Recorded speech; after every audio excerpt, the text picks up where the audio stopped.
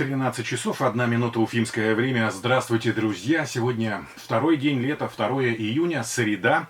Меня зовут Константин Бережной, за звукорежиссерским пультом Альбина Байрамгалина. Наша, значит, так сказать, бригада, громко сказано, дуэт, можно сказать проще, программа «Уфимский берег» приступает к исполнению своих служебных и очень приятных обязанностей. К общению с лучшими в мире радиослушателями мы сейчас приступаем. И сегодня у нас, кроме радиослушателей, телезрители, наша аудитория телеканала «Башкортостан-24».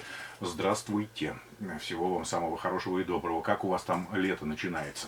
У нас в республике, если брать, ну и в городе, как в одном из наиболее, ну, не на одном, а точно самом более населенном пункте республики, лето начинается, в общем, так же, как и очень во многих других соседних регионах, с жары, с такой, вот, ну, сейчас вот немножко там пару дней, тройку, может быть, отпустило, но лето пришло вот чуть ли не в апреле, там первые жаркие дни были, затем май дал, так сказать, нам жару, что называется.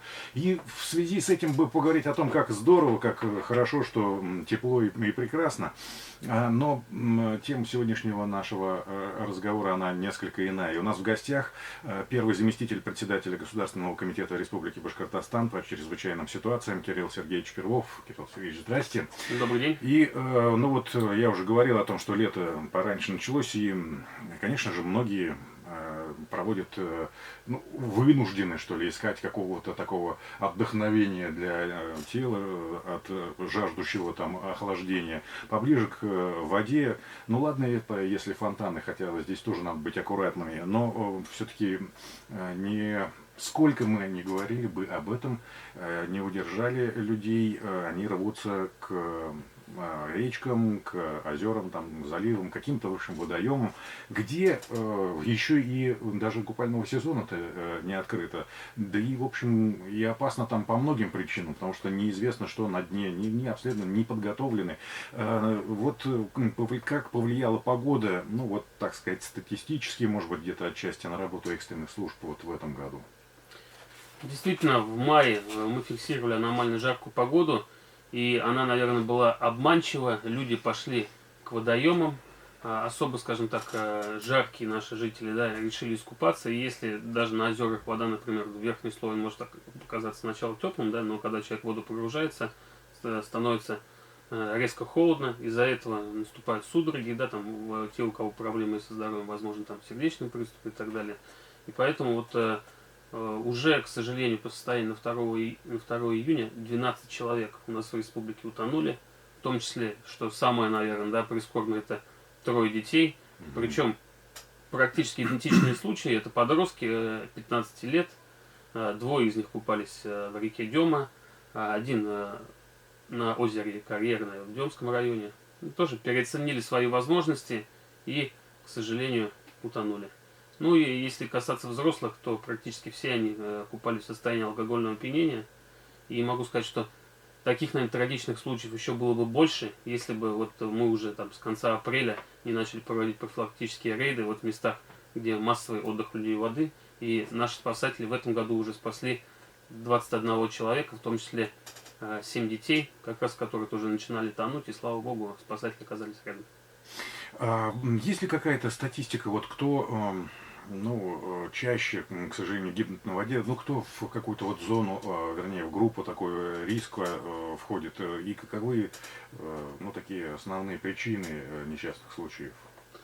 Да, если посмотреть по прошлому году, у нас за год утонуло 118 человек, из них 95 человек, это 80%, они утонули как раз в купальный сезон. То есть это основная масса, это как раз июнь-июль, когда все отправляются отдыхать на водные объекты, и там вот происходят трагедии. Нужно сказать, что все 100% случаев утопления, они происходят в неустановленных местах, то есть там, где нет оборудованного пляжа, нет рядом спасателей.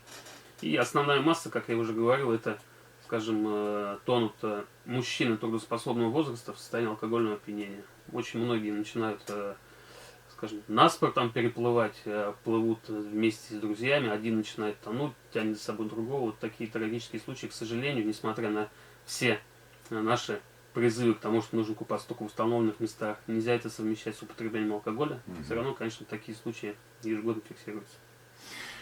И тут ведь еще беда, что люди, ну просто никогда никто не думает, что с ним что-то может такое произойти. Не готовы они, соответственно, сами за свою жизнь побороться, и это может быть действительно осложнено вот, какими-то там ну, физиологическими особенностями, то есть какие-то приступы, какие-то судороги и все что угодно. Но даже те, кто рядом находится, ведь это может только показаться, что вот я бросился и спас. Нет, там все значительно сложнее. И спасать нужно уметь, хотя бы какие-то азы знать. А тут и получается вот как те вещи, о которых вы упомянули, когда один тонет, другого за собой, и, в общем, там беда. Друзья, на всякий случай обращаем ваше внимание на это все. Не просто так говорим. Всегда опасайтесь. Знаете, как один мой знакомый еврей говорил, я лучше 5 минут побуду трусом, чем всю следующую жизнь жмуриком. Это, вот, знаете, может быть, тема такая не для шуток, но вот очень ярко здесь все на самом деле прозвучало в этих словах. Каким образом построена ваша деятельность для того, чтобы исключить эти ну, неприятные моменты, мягко говоря, как обеспечивается безопасность людей на воде? Ну, самое главное, это открытие новых мест отдыха на воде, потому что мы понимаем, что мы должны для наших жителей республики создавать комфортные и безопасные условия, тогда они все будут идти на оборудованные пляжи и уже будут безопасно отдыхать. В том году в республике было открыто таких пляжей 90. Могу сказать, что по этому показателю мы в Приволжском округе занимаем первое место по количеству пляжей. В этом году планируется открытие 120 пляжей. А вообще Ради Фаричем поставлена задача в соответствии с стратегическим указом к 2024 году в республике уже должно быть 200 оборудованных пляжей. Как раз вот как сейчас эта работа организована, да, текущую ситуацию, вчера обсуждали в правительстве в рамках проведения заседания комиссии по чрезвычайным ситуациям под руководством заместителя премьер-министра Сагитова. Заслушивались именно районы о том, какая работа уже проведена, в какие сроки будут все запланированные пляжи открыты. И поставлена задача в ближайшую неделю всю работу по открытию новых запланированных пляжей завершить, чтобы уже наши граждане могли спокойно прийти, отдыхать с детьми, самостоятельно. Это уже значит, что если пляж оборудован, в том числе там есть соответствующие условия, там можно переодеться, да, там, если нужно какую-то первую помощь медицинскую получить, значит, что качество воды в этом месте соответствует, под водой нет никаких опасных объектов, и вы можете спокойно отдыхать. Тут еще вот каким образом дело обстоит. Ну, пляжи еще не все открыты. Кстати, открытые уже действующие есть, да? Да, по состоянию сегодня уже 22 пляжа аттестовано. Эту работу проводим мы совместно с администрацией муниципальных образований, собственниками пляжей, Государственной инспекцией маломерных судов МЧС России. Вот, но поскольку мы видим, что еще не все они, ну и не все желания могут они, так сказать, обслужить всех наших любящих, конечно же, как и все мы люди, отдохнуть на воде, в другие какие-то места люди вне, ну то есть, я не знаю, это может быть была действительно какая-то прогулка, и вдруг тут, значит, какой-то порыв и там все такое. Ведь это не только ну, так сказать, какое-то там испытание, какой-то, скорее всего, ненужный подвиг, но ведь это еще и, по большому счету, деяния, которые ну, преследуются как нарушение определенных правил, законов, да? Да, действительно, купание в запрещенном месте за это предусматривается наказание в виде административного штрафа в размере от 3 до 4 тысяч рублей. А если это купание в состоянии алкогольного опьянения, от 3 до 5 тысяч рублей. Но здесь нужно отметить, что все вот эти аншлаги, то, что купание запрещено, выставляется не просто так, да, как говорится, вот эти все правила, да, написанные кровью, и эти аншлаги выставляются именно там, где опасно купаться. По различным причинам. Это может быть или какие-то там подводные объекты, например, ямы или еще что-то, да, или сильное течение. Могу сказать, вот у нас в районе пляжа Солнечный, да, чуть выше, мы ежегодно фиксируем такие происшествия, гибель. Почему? Потому что внешне вроде бы достаточно спокойная вода, но под водой там образуются воронки, есть подводные течения, холодные. Люди заходят, не понимая опасность. И даже взрослые, скажем, мужчины резко начинают идти под воду, и рядом спасателя нету, и могут уже такие трагедии случиться. Поэтому купаться в таких местах категорически запрещено. Еще раз призываем не рисковать своей жизнью, жизнью своих близких. И самое главное, конечно, не оставлять детей без присмотра. Не только в таких местах, а в целом даже на аттестованном пляже. Всегда дети должны быть под присмотром.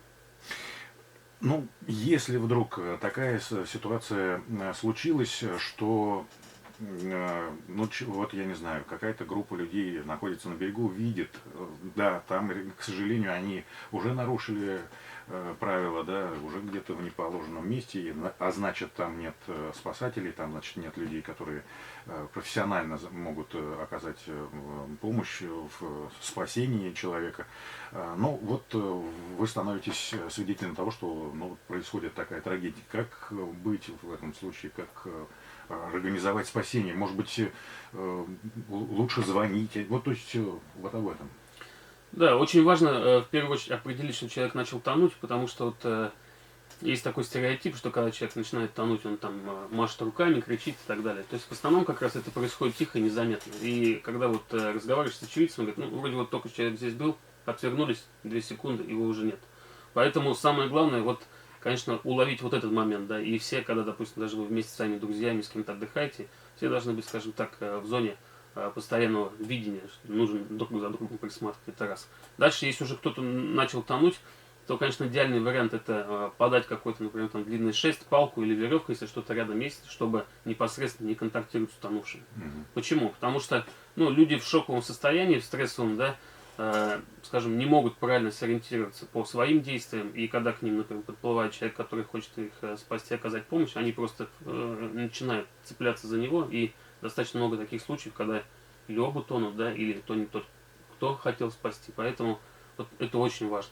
Если уже там другого выхода нету, и необходимо подплыть и экстренную такую помощь человеку отказать, то это обязательно нужно делать со спины, подплыть к человеку, понять, в каком состоянии. Если он находится, скажем так, в более-менее спокойном состоянии, то объяснить ему, да, что сейчас я там тебя сзади возьму, мы с тобой вместе поплывем. Если человек уже находится в таком шоковом состоянии, то еще раз нужно к нему аккуратно подплыть сзади и такими движениями, взяв за плечи, его аккуратно в воде постараться транспортировать на берег. При этом другие, скажем так, очевидцы, которые находятся здесь на берегу, надо обязательно вызвать сразу спасателей, обратиться в 112, и ближайшие, кто в этой зоне есть, обязательно окажут помощь. Спасибо. Ну и я не знаю, но может быть какие-то общие советы, еще раз какие-то напутствия, напоминания важные, которые всем необходимо знать нам и учитывать, организовывая свой отдых. Да, еще раз, лето только начинается, чтобы оно для вас прошло не только комфортно, интересно, но и безопасно. Купайтесь только на аттестованных пляжах, исключите употребление алкоголя, когда вы находитесь в воде, не оставляйте детей без присмотра, и тогда вы и ваши близкие будут в безопасности. Хорошего всем отдыха. Спасибо большое. Я благодарю вас, друзья. Ну, надеемся, что чем больше вас услышало, все, что здесь прозвучало сейчас, все-таки тем больше вероятности того, что задумаемся мы с вами о том, что, ну, все, с каждым, никто не застрахован, увы, и надо всегда учитывать, надо всегда взвешивать свои силы и свои возможности, ну и уж тем более не купаться там, где, ну, точно написано, что здесь купание запрещено, не нужно испытывать судьбу. Спасибо большое. Кирилл Сергеевич Первов был сегодня у нас в гостях в студии, первый заместитель председателя Государственного комитета республики по чрезвычайным ситуациям. Благодарю вас. Спасибо. И хочется надеяться, что в другой раз мы встретимся, я не знаю, в какой-нибудь в прекрасный день, когда вы придете и расскажете, а ничего не происходит, все здорово, все замечательно. Спасибо.